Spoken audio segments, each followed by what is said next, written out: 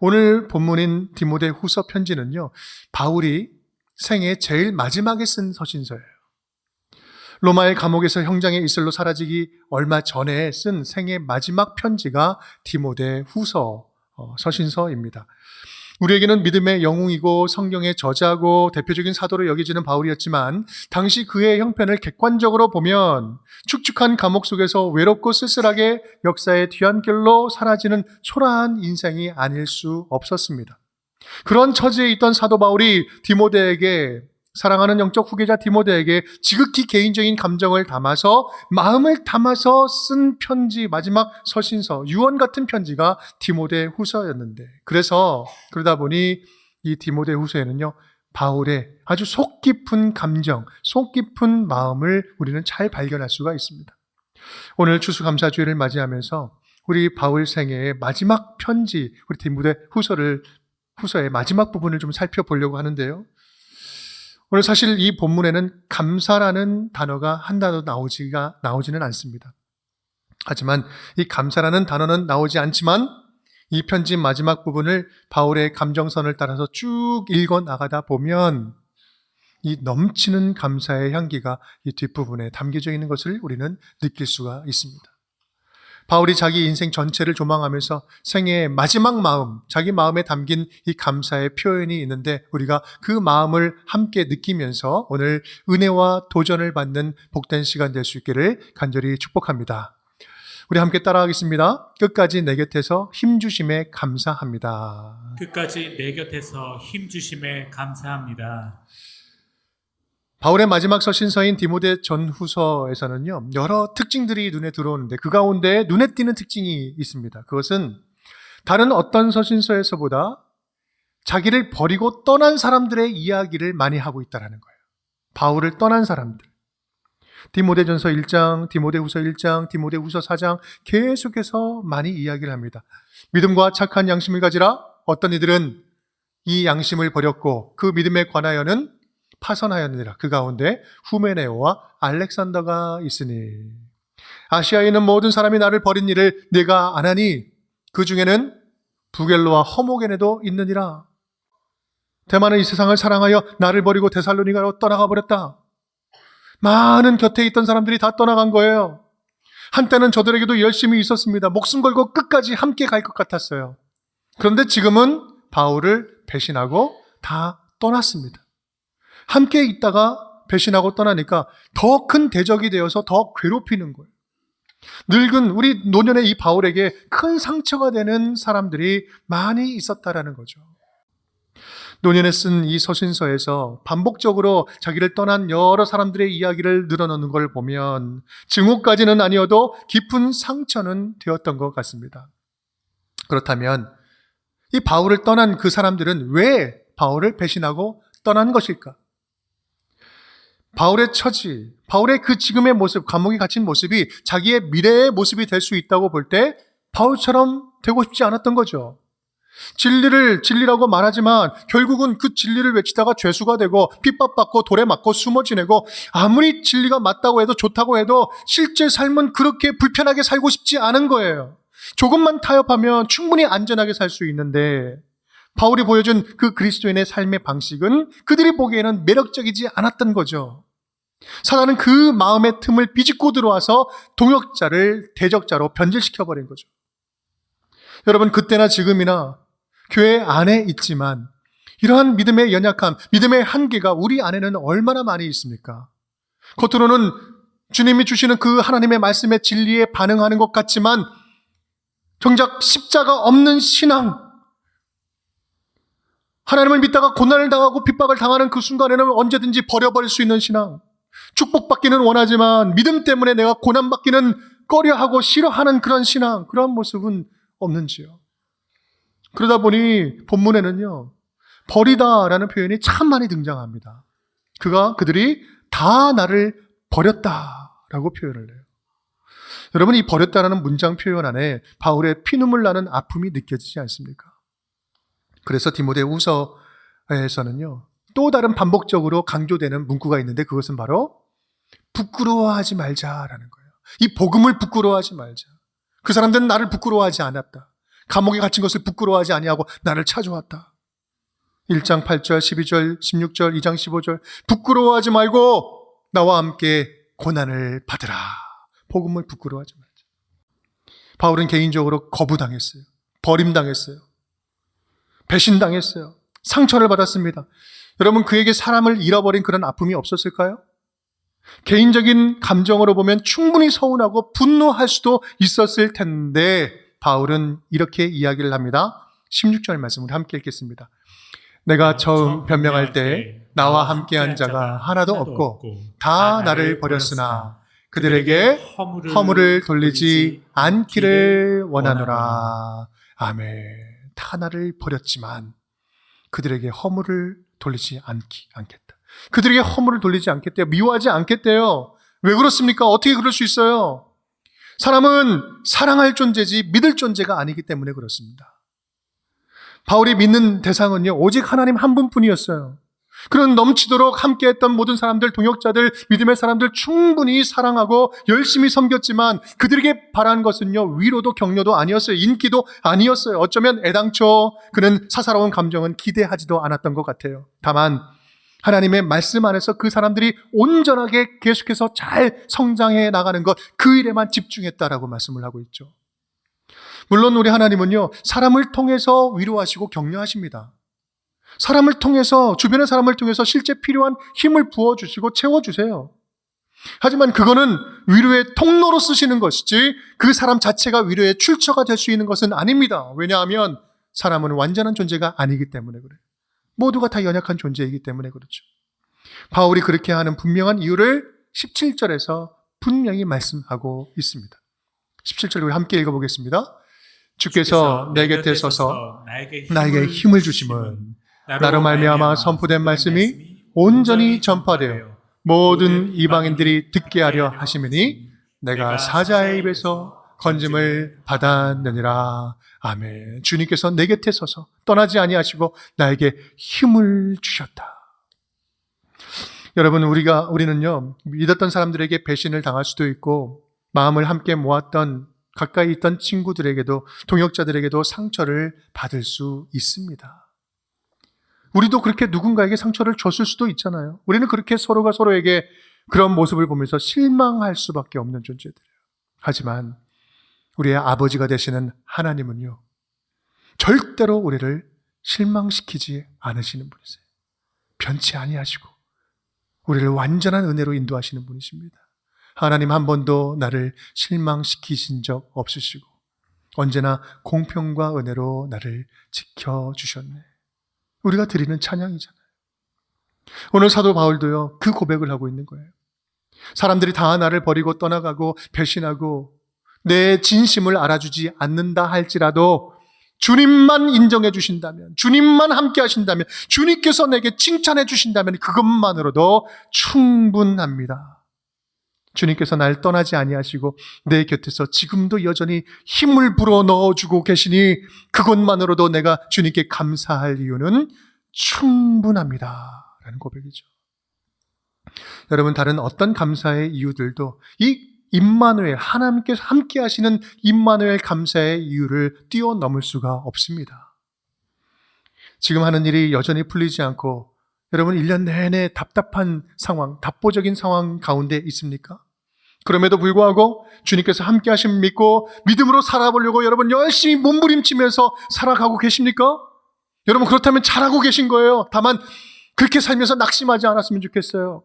우리가 선을 행하되 낙심하지 말지니 포기하지 아니하면 때가 이름에 주께서 거두게 하실 줄 믿습니다. 인생 성공이란 다른 게 아니라 우리 안에 계시는 주님께서 정성아 잘했다, 장하다, 너가 힘들지만 그렇게 살아보려고 노력하는 것 난 네가 자랑스럽다, 주님께서 인정하고 칭찬해 주신다면 그 인생이야말로 진짜 하나님이 보시기에 아름답고 멋진 인생, 성공한 인생 아니겠습니까? 그렇게 끝까지 우리 곁을 떠나지 아니하시고 우리 가운데 좌정하시고 우리를 힘주시는 그 임마누엘 주님만으로도 충분히 만족하며 살아가는 우리 운정의 모든 식구들이 될 수 있기를 주님의 이름으로 간절히 축복합니다. 두 번째입니다. 우리 함께 따라하겠습니다. 사랑하는 이들을 내 곁에 붙여주심에 감사합니다. 사랑하는 이들을 내 곁에 붙여주심에 감사합니다. 바울은 앞서 말씀드린 바와 같이 자신을 버리고 떠난 사람들의 이야기를 많이 이야기를 합니다. 그런데 또한 독특한 특징, 이어지는 특징이 있는데 그것은 그들과 함께 동시에 자신의 곁을 끝까지 지킨 믿음의 동역자들의 이름 또한 의도적으로 언급하고 있다라는 사실이에요. 우리 디모데후서 1장 15절에서 17절 함께 읽어보겠습니다. 아시아에 있는 모든 사람이 나를 버린 이 일 내가 아나니 그 중에는 부겔로와 허모겐에도 있느니라. 원하건대 주께서 오네시보로의 집에 긍휼을 베푸시옵소서. 그가 나를 자주 격려해주고 내가 사슬에 매인 것을 부끄러워하지 아니하고 로마에 있을 때 나를 부지런히 찾아와 만났음이라. 아멘, 아멘. 여기서 말하는 아시아라고 하는 지역은 우리가 잘 아는 에베소 지역을 이야기하는 거예요. 여러분 아시지 않습니까? 이 에베소가 얼마나 사도 바울이 사랑과 열정을 다 쏟아부었던 곳이에요. 그런데 그곳 사람들이 모두가 지금 다 자기를 떠났다라고 이야기를 해요. 얼마나 충격적입니까? 그 가운데는 부겔로와 허모겐이라는 사람도 있다라고 이름을 이야기합니다. 여러분 그냥 이름만 이야기해도 지금 알만한 상황이라는 거예요. 그 사람들이 배신했다는 거죠. 그렇게 대부분의 사람들이 감옥에 있는 바울을 부끄러워하면서 떠나갈 때 잊지 못할 단 한 사람, 바로 오네시보로. 그는 내가 사슬에 매인 것을, 감옥에 갇힌 것을 부끄러워하지 아니하고 계속해서 나를 찾아와서 만나 주었다. 눈물나게 힘들 때 오네시보로가 울며 찾아와서 그 바울의 눈물을 닦아 주었다라는 말씀이죠. 바울에게는 배신자들도 많았지만 우리 주님께서 붙여주신 위로자와 동역자들도 있었다라는 거예요. 디모데 후서 4장 10절 11절 데마는 이 세상을 사랑하여 나를 버리고 데살로니가로 갔고 그레스게는 갈라디아로 디도는 달마디아로 갔고 11절 함께 누가만 나와 함께 있느니라. 내가 올 때에 마가를 데리고 오라. 그가 나의 일에 유익하니라. 아멘. 데마라는 사람은 나를 버리고 데살로니가로 세상을 사랑하여 가버렸다. 이 데마라는 이름을 또 이야기할 때 그 오랜 시간 쏟아부었던 그런 시간, 그 시간을 생각하면 이 허무함을 무엇으로 보상받을 수 있을까? 그래도 바울 곁에 남은 한 사람이 있었으니 누가 남았어요? 누가가 남았어요. 누가는 가장 많은 시간 동안 바울과 2차 전도여행, 3차 전도여행을 함께 했습니다. 그리고 로마에서 1차 투옥, 2차 투옥, 계속해서 투옥 당할 때도 바울 곁을 언제나 항상 같이 지켰습니다. 누가는 의사였죠. 누가복음의 저자요. 사도행전의 저자입니다. 누가는 바울의 주치의로서 끝까지 그 허약했던 바울을 돌봐줬고요. 또 때로는 편지와 글을 대필하는 비서로, 또 친구로, 동역자로 바울 곁을 끝까지 지켜주었습니다. 누가는요, 하나님께서 붙여주신 바울에게는 선물 같은 존재였습니다. 또 바울은 우리 11절 후반절에서 디모데에게 올 때 마가를 데려오라고 이야기하죠. 여러분 우리가 너무나 잘 익히 잘 아는 말씀입니다. 1차 전도 여행 때 못하겠다고 도망갔던 우리 그 마가 다시 데려오라라고 이야기합니다. 그동안 바울도 성숙했고 마가도 성장을 했습니다. 훗날 그들은 이제 로마에서 선교를 할 때 함께 투옥될 만큼 이제 그러한 동역자가 되었고 이제는 없어서는 안 되는 바울에게는 절실한 사람이 되었어요. 꼭 필요한 사람이 되었습니다. 지금 마가를 데려오라라고 이야기하는 이 바울의 고백에서는요, 이 고백을 통해서 우리는 하나님이 허락하신 이 일꾼 한 사람이 얼마나 소중한지 바울은 비로소 깨닫게 되었다, 깨달았다라는 사실을 우리에게 보여주는 것입니다. 또 디모데에게 무난한 사람들이 이제 이후에 많이 나옵니다. 우리 함께 읽어볼까요? 브리스가와 아굴라 및 오네시보로의 집에 문안하라. 에라스도는 고린도에 머물러 있고 드로비모는 병들어서 밀레두에 두었노니 너는 겨울 전에 어서 오라. 으블로와 부데와 리노와 글라우디아와 모든 형제가 다 내게 문안하느니라. 아멘. 많은 사람들의 이야기가 등장을 합니다. 지금 바울이 감옥에 갇힌 그 현장에 있지는 않지만 바울에게는 한 몸처럼 묶여진 동역자들이 이곳저곳에 있었죠. 브리스길라와 아굴라, 오네시보로, 또 그 집사람들, 고린도에는 에라스도, 밀레도에는 드로비모. 20절에는 어떻습니까? 음침하고 축축한 토굴 감옥 속에 갇힌 바울을 조용히 와서 계속해서 돕는 그 조력자들, 우블로와 부데와 리노와 글라우디아, 믿음의 형제들, 그 사람들 이름을 하나하나 기억하면서 또박또박 지금 적어 내려가고 있는 거예요. 여러분 가만 보면 로마서를 보면 로마서 마지막에 참 많은 사람들 인원이 나오는데 로마서 다음으로 어떤 서신서보다도 많은 동역자들의 이름들을 다 기록하고 있는데 여러분 바로 이것이 바울 인생의 마지막 마음에 담긴 감사였던 거예요. 감사의 제목이었던 거예요. 주님 끝까지 생명을 함께하는 믿음의 동역자들을 내 곁에 붙여주셔서 감사합니다. 내가 가진 건 아무것도 없고 이제 죽을 일밖에 남지 않았는데 나의 소유는 다 없지만 나에게는 하나님이 붙여주신 하나님의 사람들이 내 곁에 있습니다. 수많은 사람들이 나를 버리고 떠났을지라도 목숨을 건 동역자들이 내게 남아있으니 그들이 얼마가 되었든 숫자가 얼마가 되었든 그들이 있는 것 자체만으로도 그들이 있는 것만으로도 너무 감사하고 내게는 그분 너무 소중하고 나는 그들 때문에 행복한 사람입니다 라고 고백하는 것이죠. 저는 한 해 동안 사도행전 말씀을 1년간 쭉 강해하고 나누면서 특별히 저에게 감동 주신 말씀들이 바로 그것들이었어요. 우리 운정교회에서 붙여주신 성도님들, 만나게 하신 만남들, 우리 동역자들, 목사님들, 그리고 믿음의 동역자 기관, 공동체들, 그분들에 대한 감사, 소중함에 대해서 다시 한번 더 알게 됐고 또 그들과 함께 거룩한 연합을 통하여서 예전에는 기대할 수 없었던 하나님의 창조적인 하나님 나라 확장의 일들을 경험하고 누리는 것, 그 이야기들, 이것이 얼마나 감사한지. 여러분 지난 사도행전 1년의 말씀들을 간단하게 한번 돌아볼까요? 베드로, 바나바, 바울, 이 사도들이 하나로 연결되고 함께 연합하지 않았다면 초대교회는 온전히 세워질 수 있었을 것이며 성장할 수 있었을까요? 바나바가 없었다면 바울도 없었고 바울의 전도 여행은 바울의 전도 여행이 아니라 바울 일행의 전도 여행이었어요. 그는 홀로 여행하지 않았어요. 같이 함께 팀으로 움직였던 거죠. 동역자가 있었던 거예요. 예루살렘 교회와 안디옥 교회가 연합하지 않았다면 여러분 이방인 선교가 가능했겠어요? 바울의 선교 이야기가 사도행전의 성경 역사 그 가장 중심 이야기로 들어와 있는데 그렇게 기록될 수 있었던 것도 하나님께서 동역자로 붙여주신 끝까지 붙여주신 그 의사 누가 사도행전 저자의 누가가 바울과 함께 끝까지 동행하지 않았다면 바울의 이야기는 성경의 역사로 기록될 수 없었어요. 그렇게 교회의 역사, 하나님 나라의 역사는 믿음의 동역자들의 공동체가 함께 써내려간 역사였다라는 사실이에요. 그 모든 사람들이, 믿음의 사람들이 함께 하지 않았다면, 공동체로 존재하지 않았다면 하나님 나라는, 교회의 역사는 1cm도 하루도 진전될 수 없었던 역사였습니다. 우리 교회 이야기로 한번 넘어가 볼까요? 여러분, 저는요, 여러분들이 지금 그 자리에 앉아 계시지 않으면 하루도 설 수 없는 목사입니다. 운정교회가 없었다면 예한교회도 없고요. 함께 드리는 예배 공동체가 없다면 우리 올해 예수 그리스도를 처음 만나서 믿음으로 고백하고 또 믿음의 성숙한 주의 자녀들로 새 식구로 자리한 여러분들이 이 자리에 앉아서 예배 드릴 수가 없어요.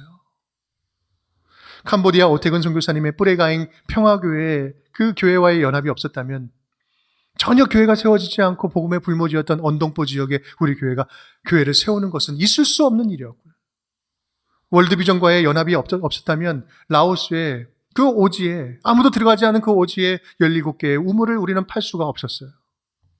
우리 교회가 통일소망선교회와 연합하여서 함께 파트너십으로 사역하지 않았다면 올해 우리의 한 분의 탈북자를 온전히 탈출시키는 그 일을 우리 교회는 할 수가 없었어요. 의료팀, 축구선교팀, 이주민 선교팀이 연합해서 외국인들을 사랑으로 섬기는 그런 섬김이 없었다면 외국인 교회 공동체, 이번에 가서 리모델링하고 다시 한번 새롭게 짰는데 그런 교회 세워지는 것은요, 만무한 일이었어요. 저와 여러분의 믿음의 동역자들이 이 운정이라는 공동체, 교회라는 공동체 안에서 함께 한 몸이 되어서 섬김으로 하나님 나라의 은혜의 역사를 함께 써내려갈 수 있었던 것입니다. 우리 목장 식구들의 사랑의 섬김이 없었다면 올해 장례를 치르면서 큰 슬픔에 당했던 44가정을 위로할 수 없었을 것입니다. 교사팀으로 매주일 헌신하는 교사 선생님들의 헌신이 없었다면 여러분 마음껏 지금 예배 드릴 수도 없을 뿐만 아니라 우리 아이들 모리알처럼 모든 신앙들이 다 흩어져 버렸을 거예요. 그분들의 헌신이 있어서 우리 아이들이 지금 믿음으로 잘 자라가고 있는 것입니다. 우리 모두가 한 몸을 이뤄서 운정교회에서 함께 동역하지 않았다면 한 해 우리 각 사람에게 주신 은혜의 이야기들은, 여러분들의 은혜의 이야기는 한 페이지도 써내려갈 수 없었던 거예요. 그렇게 생각하면 지금 저와 여러분 곁에 함께하고 있는, 함께 앉아있는 믿음의 동역자들, 믿음의 식구들, 한 운정교회 식구들, 이 공동체가 있다는 것이 얼마나 감사한 일입니까? 에베소서 4장 16절은 이렇게 이야기하고 있습니다. 함께 읽겠습니다. 그에게서 온몸이 각 마디를 통하여 도움을 받음으로 연결되고 결합되어 각 지체의 분량대로 역사하여 그 몸을 자라게 하며 사랑 안에서 스스로 세우느니라. 아멘, 아멘. 사랑하는 여러분, 올해 추수감사주일에는요, 예전처럼 한 해 동안 하나님께서 베풀어 주신 은혜의 풍성이 감사했으면 좋겠어요. 감사하되 특별히 또 하나의 감사를 좀 추가했으면 좋겠습니다. 그것은 지금 저와 여러분에게 허락하신 믿음의 식구들, 옆에 앉아있는 분들, 함께 사역하는데 동역하고 있는 믿음의 식구들, 교회 공동체 허락하심에 감사하는 거예요. 그 감사를 추가했으면 좋겠어요. 그런 의미에서 우리 옆에 계신 분들과 함께 인사를 좀 나눠주겠습니다. 좀 이렇게 고백을 해볼까요? 당신은 하나님이 제게 주신 선물입니다. 당신은 하나님이 제게 주신 선물입니다. 마음을 담아서요. 저와 함께 해주셔서 감사합니다. 많이 어색하시죠? 얼마 안 했으면 어색해. 그러니까 한 번 더 하겠습니다. 당신은 하나님이 제게 주신 선물입니다. 저와 함께 해주셔서 감사합니다.